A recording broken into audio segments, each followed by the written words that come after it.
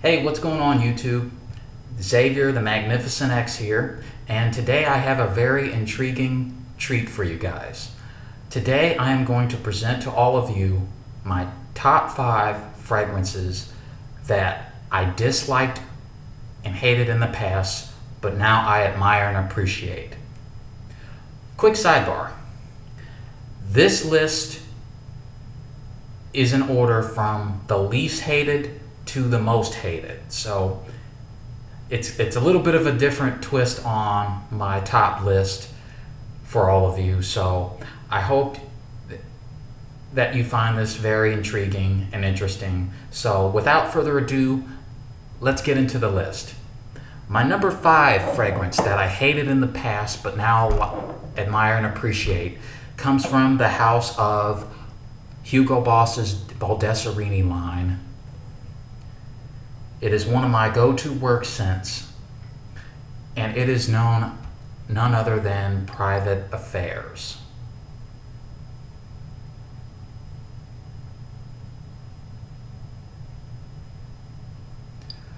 Okay, Private Affairs. At the beginning of my fragrance journey, I was starting to really dig and get a craving for very classy, leathery scents. And so I was browsing around at Perfumania the other day. I was actually browsing around at Perfumania a few years ago and was asking the sales associate if she had any recommendations on any fragrances that are very classy and leathery, since I was a big sucker for leather. And she, none other, referred me to this one. And so I sprayed some on a test strip. I smelt it and was disappointed. And like I said, I was turned off because the leather note was kind of strange. It was kind of metallic / vanillic. And so I put it back on the shelf. I didn't consider buying it, and let a few months go by. So I went back to Perfumania a few months later, tried this fragrance, asked the sales associate to spray some a little bit on my arm, and smelt it, and I was impressed. What made this fragrance change on me is the fact that that leathery note in this fragrance gives it a more of a backbone. And also, it's also subtle at the time, yet at the same time. Kind of gives a nice juxtaposition of light and dark. And as a result, as I mentioned everyone, this is one of my go-to scents for the office and the workplace. So number 5 goes to Private Affairs. My number 4 fragrance that I disliked in the past is a mass market fragrance. I think it's highly underrated and is one of my ever-changing fragrances that I've experienced in my fragrance journey. It's from the House of Davidoff, and I'm referring to Champion.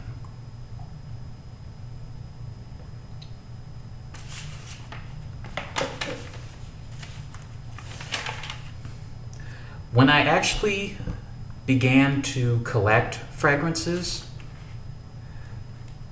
I was getting a bit tired of the safe and easy fragrances and had a desire to stumble upon fragrances that were more complex and a bit more mysterious.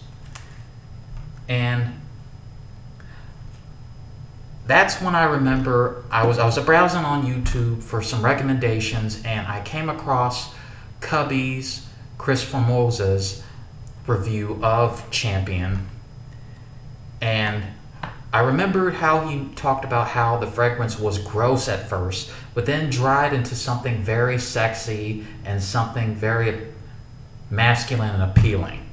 So I stumbled upon this at TJ Maxx, opened it out of the box, sprayed it a little bit on and was gassed out. I couldn't believe how strong it was. I didn't like the chalky textures of the smell. May I have your attention, please? May I have your attention? The library will be closing promptly in 15 minutes. Thank you. Yeah, I was turned off by the chalky texture and how overbearing the oak moss was in that scent. And it just smelled very gross. So I didn't buy it. I left the store and was going online for Granitica, reading the reviews of this fragrance, and a lot of people were admiring how sexy it was and that it got them compliments. So time went on, a few months went by. I found it again for around 20 bucks. I opened the box up, sprayed a little bit on my hand, smelled it, and was absolutely impressed. I finally got and understood what Cubby was talking about, that on how you had to be patient with fragrances like this that are more mysterious, because I wasn't a big fan of Fierce Cologne. I thought it was a little too sporty, the citrus was a little too harsh to my nose, and didn't really intrigue me that much. But this fragrance takes Fierce to a whole nother level. Perfect for not only gym, but also on nights out and when you're out in the town going clubbing or whatever. So number 4 goes to Davidoff's Champion. Number 3 comes from the House of Azzaro. And this was a blind purchase that I made. It's from the House of Azzaro, and it's one of my top signature fragrances. It is the one and only Visit for Men. The bottle looks pretty cool, as you can see. I stumbled upon this fragrance watching a review by the reviewer by the name of Forever Adrian. Shout out to Forever Adrian for putting me on this fragrance. I really love it more and more as time goes on. But anyway, I stumbled upon his review and recalled how he mentioned that this was one of the, if not one of the only best, also one of the most underrated fragrances for men that he's ever smelled. So I was intrigued by his review, decided to blind buy it. It was only like 23 bucks. Arrived to my door, unboxed it, sprayed it on me, and was a bit let down at first. To me, upon initial smell at first, it came off very boring and generic, just like a generic boring incense fragrances, and almost fueled me to disliking incense fragrances even more. So I put it to the side with all my other bottles in my collection. Time went on, and I whipped it out the other day since I stumbled it upon my collection. I sprayed a little bit on my right hand. I smelled it, and my gosh, guys, I could not stop smelling my arm. It changed on me in the sense that the cardamom, the nut mixed with the nutmeg and the incense, gave it this nice sharpness. And the musk gives it a nice delicate elegance with it. And as I mentioned earlier, guys, I began to appreciate this as one of the best business casual scents that I ever come across. And like I said, it's one of my go-to fragrances also for work, and now is one of my signature scents. So number 3 goes to Azzaro's Visit. My number 2 fragrance is from the house, also from the House of Azzaro. It is a fragrance that brought the house to light, and it is the classic Azar pour Homme. So this one is an interesting fragrance because I remember stumbling upon a tester of this at Sears.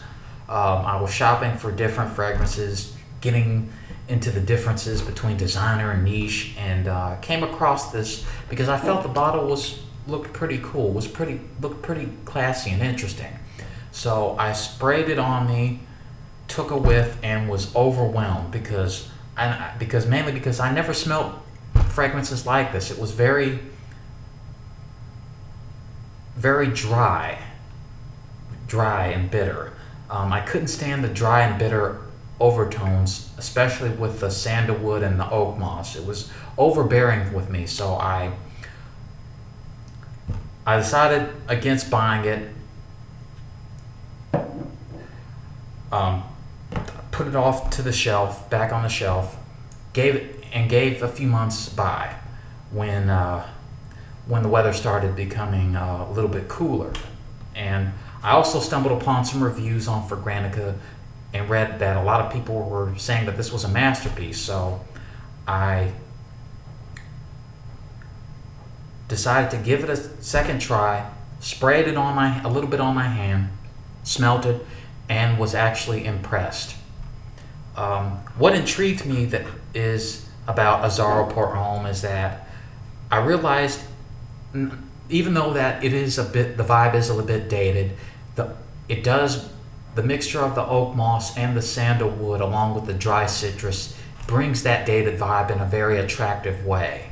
And I've loved this even more and more as time went on, and it will always be a staple in my collection.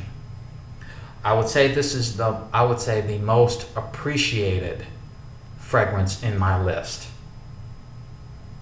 So number 2 goes to Azar pour Homme. My number 1 fragrance is a very interesting one. The number 1 fragrance that I disliked in the past, but now admire and appreciate, is from the house of Jacques Bogart, and this fragrance is an absolute powerhouse. I'm talking about the one and only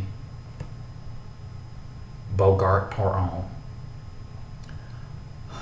Man, this is an interesting little devil because I remember this was also recommended to me in a review by Forever Adrian, since he was heavily into rose scents, and I was starting to wanted to come across more fragrances that were more daring and risky. So he recommended Bogart pour Homme. I blind bought it, saw for about $18 for 100 ml. Said, why not? I'll give it a shot. So I remember it arriving to my door. I unwrapped the cellophane, sprayed, put about 5 or 6 sprays on me, went very heavy on the trigger, which I learned later I shouldn't have, and was overwhelmed. It was almost sickeningly sweet. The vanilla note was very cloying, and the fragrance just smelled very weird. Was just so different, a little bit, almost too different for my taste. So I put it off to the side. It was a bit warm back then, which was kind of why it was cloying. So fall and winter came, and I decided, hey, why don't I give Bogart pour Homme another shot? So I decided to wear it for my scent of the day. Went lighter on the trigger, about 2 to 3 sprays, and was impressed, and realized how recall what Forever Adrian said of this fragrance being a mixture, a weird cross of a few other popular fragrances, of taking, let's say, La Male, mixing it with Pure Havane, mixing it with the sweetness of Yop Homme, mixing it with the soapiness of Cool Water, putting them all in a bottle, and you'll get this. And yeah, I was really intrigued, but even though this is a catch-22, guys, I have to say that this was one of my, even though I admire this now, have to be the least admired, because you have to really wear this right. Like Forever Adrian mentioned, this is something you probably have to wear dressed up and not in jeans and a t-shirt. So, may I have your attention, please? May I have your Bogart attention? per Homme as The at number library 1. and the computer lab will be closing promptly in 5 minutes. Please bring all materials. So that's all the time I have for all at today. this time. Let me know what you think of these fragrances. Do you like them, love them, hate them? Feel free to comment down below. Also, feel free to comment down below on what were some of your favorite fragrances that you hated in the past as well. Feel free. Don't forget to like this video, give it a big thumbs up, share it, and also subscribe to my channel for future content and other future videos. So that's all the time I have for all of you. Thank you so much again for watching. Take care, smell great, and have a magnificent day. Peace.